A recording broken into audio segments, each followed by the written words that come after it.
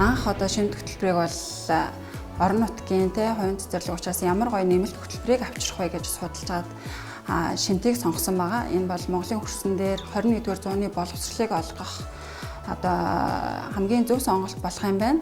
Хүүхдүүдийг тоглонгоо маш гоё аз жаргалтайгаар хөгжүүлж чадах хөтөлбөр байна гэд яг үр дүн дээр ингээд суулгасан чинь бүр миний хүлээлтээс илүү те хүүхдүүдэд маань айгүй гоё ингээд хэрэгжиж эхэлсэн л те хүүхдүүд маань ингээд тоглонгоо өөртөө бүтээгээд дээрэс нь яг номынхан дагуу ажиллахаас гадна өөртөө зохиож хийж байгаа бүтээлүүд нь маш гоё болж эхэлсэн. Энэ жил ялангуяа одоо ингээд хоёр дахь жилдээ өргөжлүүлээд сурж байгаа хүүхдийн чадамж, бодож сэтгэж байгаа байдал тийм ээ өөрийгөө илэрхийлж байгаа илэрхийлэл багаар хамтран ажиллах чадвар ялангуяа Монгол хүүхдээ илүү гоё даваа талтай болж ирсэн. Тэгэхээр энэ маань одоо тий ирээдүйд эзэмших ямар ч мэрэгжил байсан инженерээс хүмүүс ерөнхийдөө нөгөө инженер л болох хүн энэгээр сурах хэрэгтэй байна гэсэн ойлголттой байдаг бол үгүй тийм биш тий.